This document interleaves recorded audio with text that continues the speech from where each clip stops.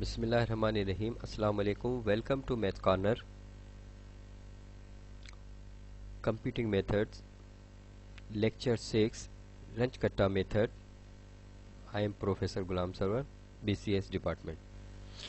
Hope that you all well and studying with practice of numericals of last year's papers. Our this lecture 6 related to previous lectures 3, 4 and 5. So you must repeat last 4 and 5 lectures, then start this, because to better understand. Let's start Ranch-Katta method, also called RK method. The simple iron method comes from using just one term from the Taylor series for y of x, expanded about x is equal to x naught. The modified Euler method can be derived from using two terms. यानी simple Euler method जो है कहाँ से आता है? Taylor series की हम एक ही टर्म इस्तेमाल करते हैं, ये जो हम चैप्टर हमारे लेक्चर 3 में हम कर चुके हैं.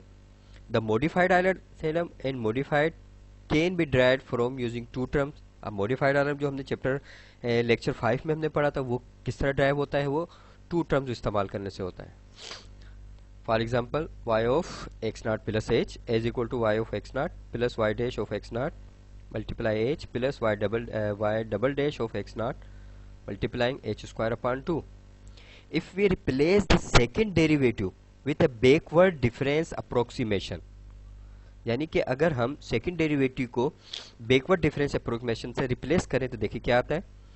y of x not plus h is equal to y of x not plus y dash of x not multiplying h and plus capital bracket small bracket y dash small bracket start means y dash of x naught plus h minus y dash of x naught upon h complete whole capital bracket multiplying h square upon 2. इसको हम इस तरह भी लिख सकते हैं y of x naught plus y dash of x naught plus y dash x naught plus h upon 2 multiplying by h. किस तरह? जिस तरह हमने लास्ट टाइम किया था वो देखें.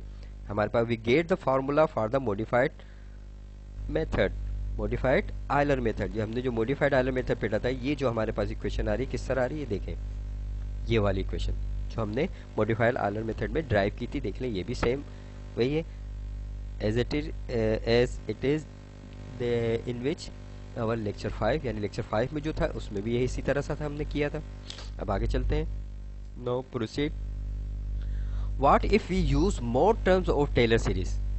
अगर हम टेलर सीरीज के ज्यादा टर्म इस्तेमाल करते तो क्या होगा?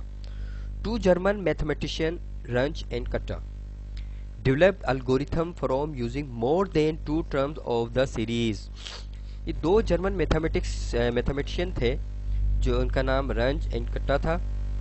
बाद लोग इसको रियूंज भी पढ़ते हैं और कट्टा को कुत्ता भी पढ़ते हैं, लेकिन इसको हम शॉर्ट फॉर्म में अगर आर के मेथड पढ़ लें तो ज़्यादा बेहतर है. इन्होंने एक एल्गोरिथम डेवलप किया जिसमें टेलर सीरीज की मोर टर्म यानी ज़्यादा टर्म इस्तेमाल किए. We will consider only fourth and fifth order formulas. हम यहाँ पे सिर्फ फोर्थ और फिफ्थ ऑर्डर का फार्मूला इस्तेमाल करेंगे. चलो आगे चलते हैं.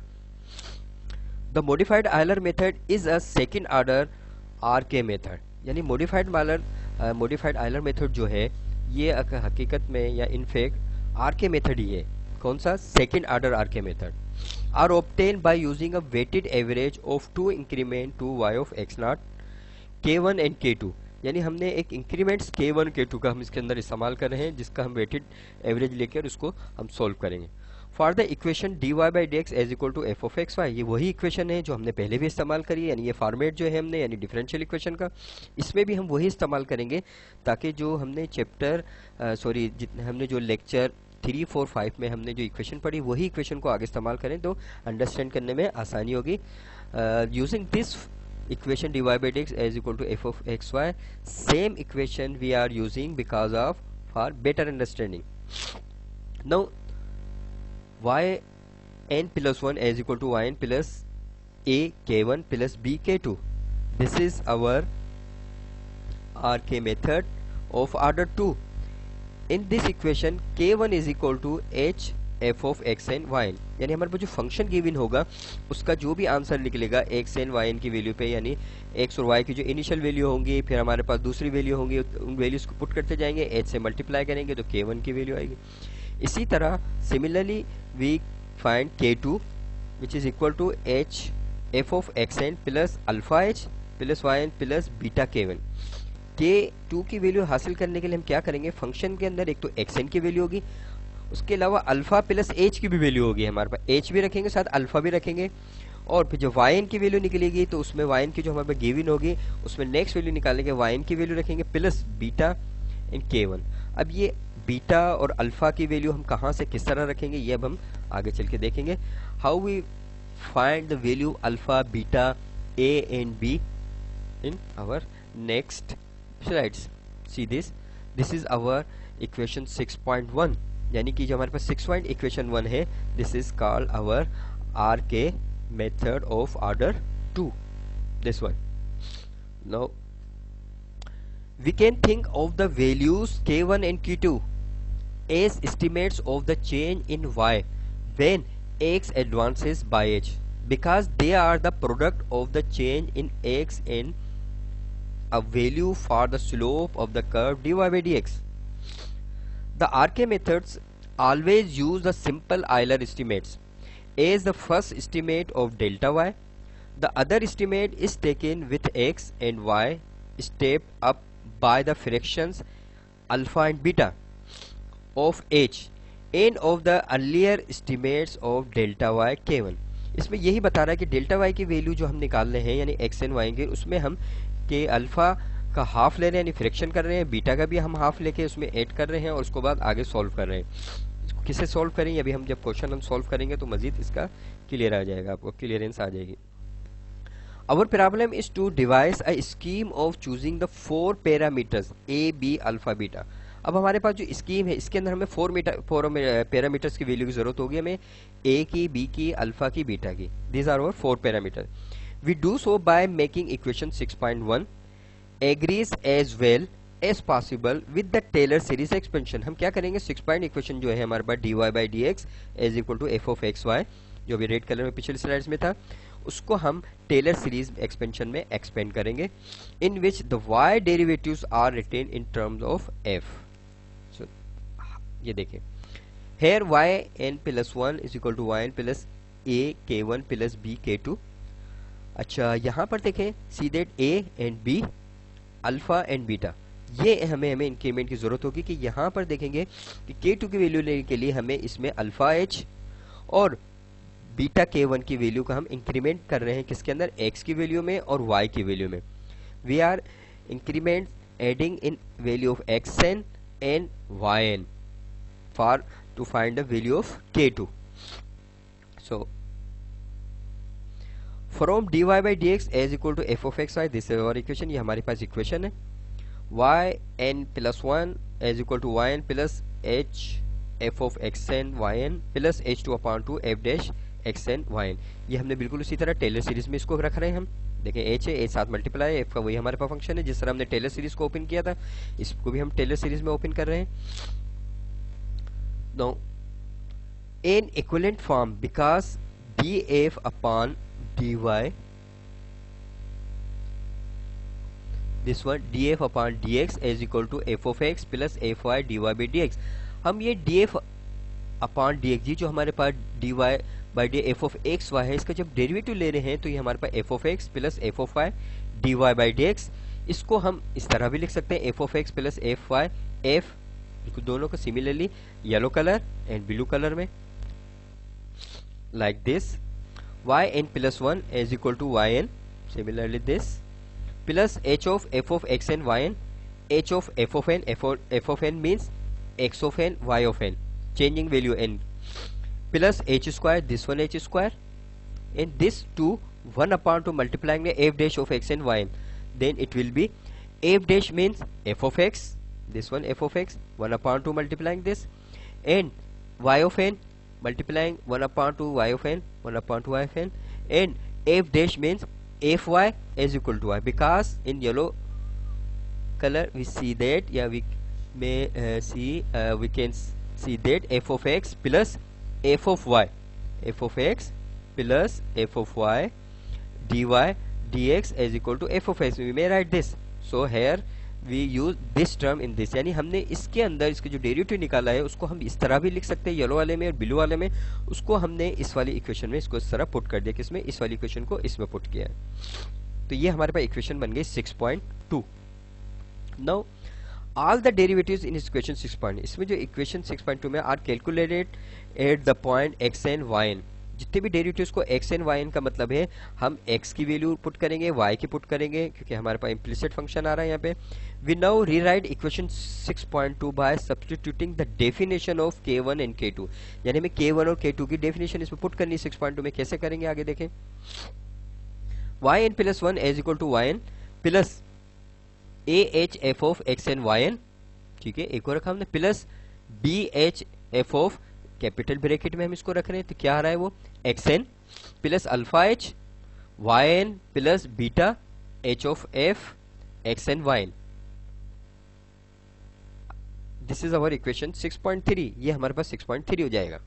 Now to make the last term of equation 6.3, last term of 6.3 comparable to equation 6.2, we expand f of xy in Taylor series in term of x and y, remembering that f is a function of two variables, retaining only first derivative terms. So we have f of xn plus alpha h comma yn plus beta h of f of xy approximated like this: f plus f of x alpha h plus f of y beta h f n. This is our equation 6.4। ये हमारे पे equation 6.4 हो गई। अब इसमें देखें जो equation को थोड़ा सा आपको मुश्किल लग रहा है, इसमें हमने जो पुट किए, हमने डेफिनेशन ऑफ k1 k2 की वैल्यू के बनाने के लिए हमने इसमें पुट कर रहे हैं, इसलिए हमारे पे इक्वेशन आ रही है। इसके लिए हम इक्वेशन 6.1 6.2 को भी देखते हुए चलेंगे और फिर हम देखते हैं कि टेलर सीरीज किस तरह एक्सपेंड होती है, वो भी देखते हुए चलेंगे। Now on the right side of both equation 6.2 and 6.4, 6.2 and 6.4, f and its partial derivatives are all to be evaluated at x of n y n। हमें ये मालूम होना चाहिए कि जब टू वेरिएबल के तौर पे हम यहाँ पे इस्तेमाल कर रहे हैं, तो यहाँ पर x और y पे टू वेरिएबल है, तो यहाँ पे पार्शियल डेरिवेटिव इस्तेमाल होगा। ये ध्यान में रखिएगा कि f ऑफ x को जो हमें शो कर रहे हैं यहाँ पर, ये हमारे पास ये जो f ऑफ x आ रहा है, f ऑफ y आ रहा है, ये पार्शियल डेरिवेटिव को शो कर रहे हैं यहाँ पे देखिए इक्वेशन 6.2 है, ये हमारे पास कह रहा है on the right side of both equation 6.2 and 6.4, right hand side, ये देखिए राइट हैंड साइड पे ये जो हमारे पास इक्वेशन है, और हमारे पास 6.4 पे ये जो हमारे पास राइट साइड पे इक्वेशन आ रही है, दोनों को हम करते हैं। अब आगे चलते हैं तो देखेंगे सब्स्टिट्यूटिंग फ्रॉम इक्वेशन 6.4 इनटू 6.3, यानी सब्स्टिट्यूटिंग इक्वेशन 6.4 को हम 6.3 में से 6.3 में पुट करेंगे। किस तरह, देखिए 6.4 क्या है हमारे पास, this one, very 6.3, this is our 6.3। तो 6.4 को हम जब 6.3 में पुट करते हैं तो हमारे पास आती है, then we get yn plus a h f of n plus b h f plus f of alpha h plus f of y beta h of f n, n means first term, second term, first iteration, second iteration and so on. Are rearranging this equation, we get yn plus 1 is equal to yn plus a plus b h f of n plus h square alpha b f of x plus beta b f of y f n. This is our equation 6.5. Equation 6.5 will be identical to equation 6.2। जो हमारे equation 6.2 इसका बिल्कुल identical है इसका ये। अब लिहाजा यहाँ पे जो हमारे पास चॉइस होगी, आर्बिट्रेटरी चॉइस करनी पड़ेगी हमें। If which I have a plus b is equal to 1, alpha b is equal to 1/2, beta b is equal to 1/2, how we will get our equation, यानी हम अपनी इक्वेशन अब किस तरह होगी, तो अब देखें आगे। Note that only 3 equation need to be satisfied by the 4 unknowns. We can choose one values arbitrary with minor restrictions. Hence we have a set of second order method यानी कि जब ए और बी की हम कुछ वैल्यूज चॉइस करेंगे, कहाँ पे चॉइस करेंगे, यहाँ पे ये जो हमारे पास ए बी की है, यहाँ पे ए की बी की वैल्यू हम जब चॉइस करेंगे आर्बिट्री, तो हमारे पास इक्वेशन में क्या वैल्यूज आ जाएंगी, जो हमारे पास मेन इक्वेशन 6.5 है, ये हमारे पास सेकेंड ऑर्डर की बनेगी। किस तरह बनती है देखें, we have a set of second order method. Second order method हमारे पास किसका, आर के का बनेगा। One choice can be a is equal to 0, b is equal to 1, then alpha will be 1/2 and beta equal to 1/2. This gives the midpoint method. यानी देखें a की जगह अगर हमें 0 पुट किया है, then we get b is equal to 1. If you put b is equal to 1, alpha is equal to 1/2, b is equal to 1, beta is equal to 1/2. Like this, alpha is equal to 1/2 and beta is equal to 1/2. Again, another choice can be 1/2, b is equal to 1. एक दूसरी choice लेते हैं कि a की value 1/2 ले ले, b की value 1/2 ले ले, तो हमारे पास अल्फा की वैल्यू 1 आ जाएगी और बीटा की वैल्यू कितनी आ जाएगी, 1 आ जाएगी। करके देख लें इसमें आप कि a की जगह आपने देखें 1/2 रखा, ये 1/2 1 में से माइनस होगा, तो आपके पास b की वैल्यू भी 1/2 आ जाएगी। दोनों को वैल्यू को हम 1/2 यहाँ पे करते हैं, b की वैल्यू, तो 1/2 को जब हम यहाँ पे लेंगे 1/2 को डिवाइड करेंगे 1/2 से, तो आपके पास 1 आ जाएगा। इसी तरह बीटा की वैल्यू 1/2 पुट करेंगे, 1/2 को 1/2 से डिवाइड करेंगे, फिर divide 1/2 by 1/2, then we will get 1, यानी हमारे बीटा की वैल्यू 1 आएगी, which gives the modified Euler method. इससे हमारे पास जो वैल्यू हम पुट करके देखेंगे तो मॉडिफाइड आयलर मेथड बन रहा है। आप चेक करके देख लें, वैल्यूज पुट करके देखें। Still another possibility is a is equal to 1/3, b is equal to 2/3। दूसरी चॉइस भी कि a की वैल्यू 1/3 ले, b की वैल्यू 2/3 ले, तो अल्फा 3/4 होगा, बीटा 3 4/4 होगा। This is said to give a minimum bound to the error. All of these are special cases of second order R K method. ये जो कंडीशन जो आ रही है सब second order R K method के लिए हम इस्तेमाल कर रहे हैं। अब हम आते हैं next fourth order R K method. अब फोर्थ ऑर्डर के जो मेथड है और हम इसकी क्वेश्चन भी इसी का सॉल्व करेंगे। देखें, this methods are most widely used and are derived in similar fashion. Greater complexity result from having to compare terms through h⁴, and this gives a set of 11 equations in 13 unknowns. The set of 11 equations can be solved with 2 unknowns being chosen arbitrarily. The most commonly used set of values leads to procedure. Now fourth order के method, as we said already that कि ये method जो है बहुत ज़्यादा use होता है similar fashion. जिस तरह हम दूसरे मेथड हमने ये जो ऑर्डर 2 का किया है, या आयलर मेथड किया है, या हमने मॉडिफाइड आयलर मेथड किया है। अच्छा, इसमें थोड़ी सी कम्प्लेक्सिटी ये होती है कि h⁴ के ज़रिए हम इसके अंदर देख सकते हैं कि इसके अंदर क्या कम्प्लेक्सिटी आती है। तो इसके लिए हमें 11 इक्वेशन और 13 अननोन्स की ज़रूरत होगी। The set of 11 equation can be solve with 2 unknown. 11 को 2 अननोन्स के जरिए हम सॉल्व कर सकते हैं इजीली। बीइंग चूजिंग आर्बिट्री, कोई भी आर्बिट्री वैल्यू ले लेंगे ए बी की, जिस तरह हम लेते हैं। The most commonly use set of values leads to procedure, यानी जो बहुत ज़्यादा लीड कर रही है हमारे पास कॉमनली वैल्यू जो हम यूज़ करेंगे, देखेंगे किस तरह। तो हमारे पास यहाँ पे इक्वेशन आ रही है, here we have equation this,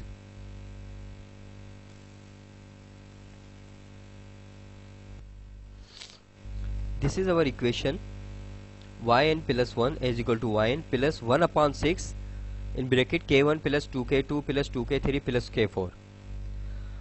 Here we have to find k1 by this formula, k2 by this formula, k3 by this formula and k4 by this formula. यहाँ पर हम देख रहे हैं कि yn plus 1 y of n yn plus 1 is equal to yn plus 1/6 k1 plus 2k2 plus 2k3 plus k4। ये जो values हैं हम कहाँ से निकालेंगे, इसके अंदर k1 k2 k3 की वैल्यू जो है हम इन फार्मूलों के जरिए निकालेंगे। k1 में निकल रहा है h और f of x and y, यानी हमारे पास जो फर्स्ट इक्वेशन दी हुई होगी उसमें हम x एंड y यानी x0 y0 की वैल्यू निकालेंगे, उसको पुट करेंगे, h से मल्टीप्लाई करेंगे तो k1 आ जाएगा। k2 निकालने के लिए हमें क्या करना पड़ेगा, अब यहाँ पर हम देख रहे हैं कि यहाँ पर k2 की वैल्यू निकालने के लिए फंक्शन के अंदर x की जो वैल्यू है x0 की, उसमें हम h को हाफ करेंगे और yn भी जो है इसके साथ भी k1 की वैल्यू को करेंगे। यानी यहाँ पे हमें वही वैल्यू आ गई कि यहाँ पे ये अल्फा है और यहाँ ये बीटा है, ठीक है ना, जिस तरह हमने पहली वैल्यू ली कि क्या होती है। k3 के अंदर h of f xn 1/2h yn plus 1/2 k2, यहाँ पे भी h का हम हाफ इंक्रीमेंट इस्तेमाल करेंगे x के अंदर, और यहाँ पे k2 की वैल्यू का हाफ इंक्रीमेंट करेंगे yn के अंदर। और k4 के लिए हम क्या करते हैं, xn उसमें प्लस h करते हैं टोटल, और yn में k3 की जो भी वैल्यू आएगी उसको हम इसमें ऐड करेंगे, यानी ये इंक्रीमेंट्स हैं जो हम xn और yn की वैल्यू में हम ऐड करते जाएंगे। ये क्यों कर रहे हैं हम, ये सारा r के मेथड के अंदर फोर्थ ऑर्डर के अंदर हम ये करना पड़ता है। Now proceed. सो ये हमारे पास इक्वेशन 6.6 हो जाएगी। आगे चलते हैं। Using equation 6.6 to apply the R K fourth order to the problem dy by dx is equal to -2x minus y y of 0 minus 1 with h is equal to 0.1। अब ये जो मैं आर के मेथड है जो हमने second order के बाद fourth order का मेथड पढ़ा है, इसमें हम प्रॉब्लम सॉल्व करते हैं ताकि आपका इसका यूज इस्तेमाल आ जाए कि हम किस तरह सॉल्व करेंगे। तो यहाँ पर भी हम देखते हैं सिमिलर इक्वेशन इस्तेमाल करें as we dy by dx minus 2x minus y y of 0 is equal to -1। कहाँ इस्तेमाल की थी हमने, हमारे लेक्चर 3 में भी इस्तेमाल किए, लेक्चर 4 में भी एंड 5 में। We already used this equation या this question in our lecture 3, 4, 5। तो यहाँ पे भी वही इक्वेशन इसलिए रहे ताकि आपको इनके डिफरेंस का समझ में आ जाए कि कौन सा मेथड सुटेबल है। चले इसको अब सॉल्व करते हैं। यहाँ पर भी जो हम स्टेप साइज ले रहे हैं वो क्या ले रहे हैं, h की value 0.1। Now start. We obtain the result shown in table 6.4। अब हम एक टेबल बनाएंगे इस क्वेश्चन को इस्तेमाल करते हुए। The result here are very impressive compared to those given in table 6.1। 6.1 जो हमने पहले मेथड कर चुके हैं उसमें जो हमारे पास टेबल बनी थी उसके अंदर हमारे पास क्या रिजल्ट आया था, और ये इक्वेशन 6.4 में क्या आएगा ये भी देखेंगे। Where we computed the values using the terms of the Taylor series up to the h power 4 term। Table 6.4 agrees to 5 decimals with the analytical result, illustrating a further gain in accuracy with less effort than with the Taylor series method। अब Taylor series method में हम जितनी terms कम ले रहे थे उतना ही हमारे पास error आ रहा था, जितनी टर्म्स ज्यादा ले रहे थे एरर कम आ रहा था, एक्यूरेसी ज्यादा आ रही थी। तो यहाँ पर भी देखिए कि हम कितना उनमें फर्क आ रहा है इस मेथड को इस्तेमाल करके आर के 4 को। अच्छा, Taylor series method it certainly is better than the Euler और मॉडिफाइड आइलर। लाजमी इसमें आंसर हमारे पास अच्छा आ रहा है क्योंकि हमने ज्यादा टर्म इस्तेमाल किए, तो ये उन दोनों से बेहतर होगा। अब हमारे पास इस लेक्चर का जो मेन हिस्सा शुरू हो रहा है, the main topic, the main parts of this lecture. This is our table, कि हमारे पास ये टेबल की वैल्यूज कहां से आई है, how we will find the values of this table 6.4। Now this here we have R K fourth method. यहां पर हमारे पास ये जो आ रहा है ये टेबल आई है हमारे पास। टेबल के बाद ये हमारे पास देखेंगे ये जो हमारे पास आई है आर के 4 मेथड है, ये हमारे पास उसकी इक्वेशन है। Now question dy by dx f of xy minus 2x minus y y of 0 minus 1 with h is equal to 0.1। Same question हमारे पास आ रहा है माइनस 2x मैंने। अब देखें यहाँ पर हमारे पास y of 0 minus 1 से क्या मिलता है हमें, we will get the y of 0 is equal to -1, we have x naught is equal to 0 and y naught is equal to -1। यहाँ पे हम x naught की वैल्यू 0 आ रही है और y naught की -1, इससे हम पहले भी ऐसे निकाल चुके हैं। इस वैल्यूज को हम इस इक्वेशन में पुट करेंगे। ये देखें इस वैल्यू को इस इक्वेशन में पुट किया, how we get like this. इस इक्वेशन इन वैल्यूज को जो है हमने इसमें पुट किया है, हमने इस वैल्यूज को हमने इस इक्वेशन में पुट किया कुछ इस तरह। F of x naught y naught, यानी आपके पास एक्स नॉट की 0 वाई नॉट की -1 है, फर्स्ट वैल्यू गिवन जो होती है। उसके बाद इसमें -2 इज इक्वल टू 0 -1, ये हमारे पास इक्वेशन है। तो हमारे पास वैल्यू आ गई 1। अब ये वैल्यू 1 जो आई है हमारे पास, इसको हमने क्या करना है, देखें इसको हमें करना है, ये देखें k1 की वैल्यू निकालें। अब k1 की वैल्यू किस तरह निकलती है, ये देखें आप, k1 की जो वैल्यू निकल रही है आपके पास, ये हमारे पास टेबल है, ये हमारे पास मेथड आया इसका। अब यहाँ पर जो है हमारे पास ये देखेंगे किस तरह करना है हमें काम। We use our equation dy by dx f of xy is equal to -2x minus y y of 0 is equal to -1 with h is equal to 0. Same question है जो हम पिछले लेक्चर्स में भी इस्तेमाल कर चुके हैं, लेक्चर 3, 4 एंड 5। अब देखें दिस वन y of 0 -1 से हमारे पास क्या आता है, we will get x naught is equal to 0 y naught is equal to -1। अंदर जो y of होती है ये x naught की वैल्यू होती है, बाहर वाली वैल्यू y की होती है। ये वाली वैल्यू हम इस इक्वेशन में पुट करते हैं, देखें किस तरह। तो हमारे पास वैल्यूज किस तरह आ गई, ये देखें कुछ इस तरह आई। ये इस तरह, ये हमने ये वाली वैल्यू इस इक्वेशन में पुट की तो हमारे पास रिजल्ट आया is equal to 1। Now k1 की वैल्यू निकालेंगे h of f of x naught y naught is equal to 0.1। 0.1 ये h की वैल्यू है, f of x naught y naught, f of x naught y naught कहाँ से value आ गई हमारे पास, देखें यहाँ पे ये जो 1 आया ये किसकी वैल्यू आई थी आपके पास, f of x naught y not की। इसको हमने ये h की वैल्यू से मल्टीप्लाई किया, ये 1 जो वैल्यू है ये वाली 1 आई है और ये this one value and 0.1 value of h, तो हमारे पास आ गया 0.1। अब ये 0 पॉइंट वैल्यू आ गई आपके k1 की value. Now for value of k2 h of f of x not plus h upon 2 y not k1 upon 2। यहाँ पे देखें x नॉट 0 है, h हमारे पास 0.1 है, 0.1 को हम 2 से डिवाइड करेंगे, when we divide value of h by 2 then we will get 0.05 and y naught is equal to -1 because this y naught is equal to -1 and k1 is equal to k1 upon 2 k1 this one 0.1 0.1 divide by 2 and -1 we will get 0.95, यानी हमने 0.1 को 2 से divide करेंगे तो 0.05 आएगा। उसको हम क्या करेंगे, y की y naught की वैल्यू जो हमारे पास -1 है तो हमारे पास आ गई -0.95। ये हमारे पास x not plus h upon 2 की वैल्यू है और y not plus k1 upon 2 की वैल्यू -0.95 है। इन दोनों वैल्यूज को हमने पुट किया इस इक्वेशन में। किस तरह पुट किया, कौन सी इक्वेशन में, ये वाली वैल्यू, ये वाली जो दोनों वैल्यूज आई हैं कहाँ से आई हैं, ये इस वाली इक्वेशन के जरिए, यानी k2 की value xn plus 1 upon 2h yn plus 1 upon 2 k1, इस वाले वैल्यू फार्मूले में हमने पुट किया, ये रहा फार्मूला, तो हमारे पास ये वैल्यूज आई। अब ये वैल्यूज हमने किस इक्वेशन में पुट करनी है, तो ये वैल्यू वापस हम इस इक्वेशन पुट करें, जैसे x नॉट और y नॉट की करी थी। अब हमारे पास ये वैल्यूज जो आ गई, यानी ये वाली x नॉट की जगह हम ये वैल्यू रखेंगे, y नॉट की यानी x1 ये हो गया, y1 ये हो गया। इन वैल्यूज को अगेन इक्वेशन में पुट करेंगे तो हमारे पास रिजल्ट आएगा 0.85, यानी इसमें पुट करने के बाद जैसे पहले 1 आया था तो अब आएगा 0.85 और ये 0.1 h की वैल्यू है, यानी इसके अंदर हमने इसका जो कैपिटल ब्रैकेट में आंसर आ रहा है 0.85, h की वैल्यू 0.1, दोनों को सॉल्व करेंगे तो 0.085 और ये हमारे पास इक्वेशन आ जाएगी k2 की। इसी तरह अब हम जो करेंगे k3 की वैल्यू निकालने के लिए, तो h of f of x not plus h upon 2 y not plus k upon 2। अब ये जो वैल्यूज आई है आपकी कहाँ से आई है, देखिए ये k3 का फार्मूला है, यहाँ पे xn 1 अपॉन 2h, xn की वैल्यू हमारे पास क्या थी, x नॉट हमारे पास अभी 0 है और हमारे पास h अपॉन 2 0.1 का 2 से डिवाइड करते तो 0.05 आता है, इन दोनों को ऐड करते तो 0 पॉइंट सिमिलर आएगा। यहाँ पे देखेंगे कि y नॉट हमारे पास कितना था -1, k2 हमने निकाला है 0.885, इसको 2 से डिवाइड करेंगे और -1 से हम ऐड करेंगे -1 तो हमारे पास आ जाएगा -0.95। तो इसका मकसद है कि अब ये जो वैल्यूज है अगेन इसमें पुट करेंगे, ये वैल्यू वापस हम इसी इक्वेशन में पुट करेंगे तो हमारे पास वैल्यूज आ जाएंगी ये वाली, h की वैल्यू 0.1 और -2 0.05 -0.97, ये हमने y नॉट की वैल्यू ये वाली वैल्यू पुट की है, ये हमारे पास x नॉट की वैल्यू ये हमारे पास ये वैल्यू पुट की है, इनको सॉल्व किया है तो हमारे पास वैल्यू आई है 0.858, इसको 0.1 से मल्टीप्लाई किया तो 0.0, ये वैल्यू आ जाएगी आपके पास किसकी, k3 की। इसी तरह सिमिलरली वी कैन फाइंड या वी में फाइंड वैल्यू ऑफ k4।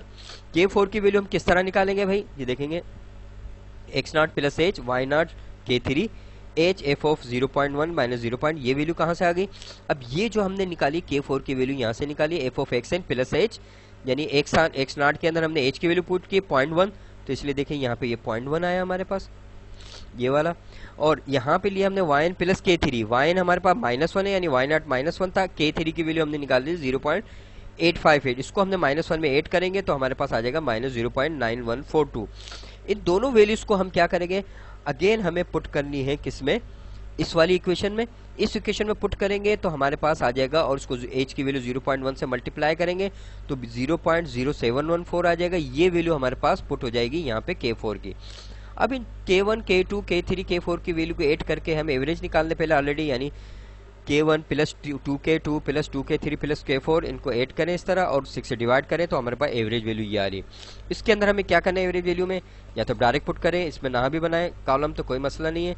फिर हमारे पास yn क्या है, हमारे पास yn हमारे पास मौजूद है -1, इसको सॉल्व करेंगे हमारे पास कुछ इस तरह ही। देखें इस इक्वेशन में हम वैल्यूज पुट करेंगे k1 k2 k3 तो हमारे पास ये आ जाएगा -0.91451।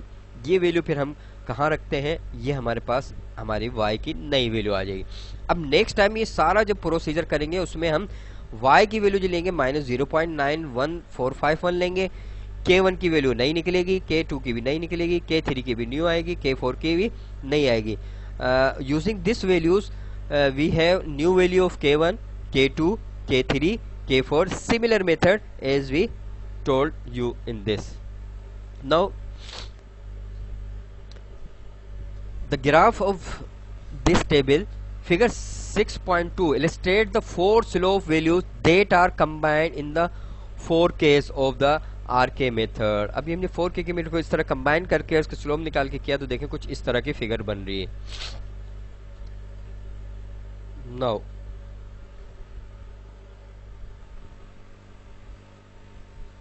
good luck.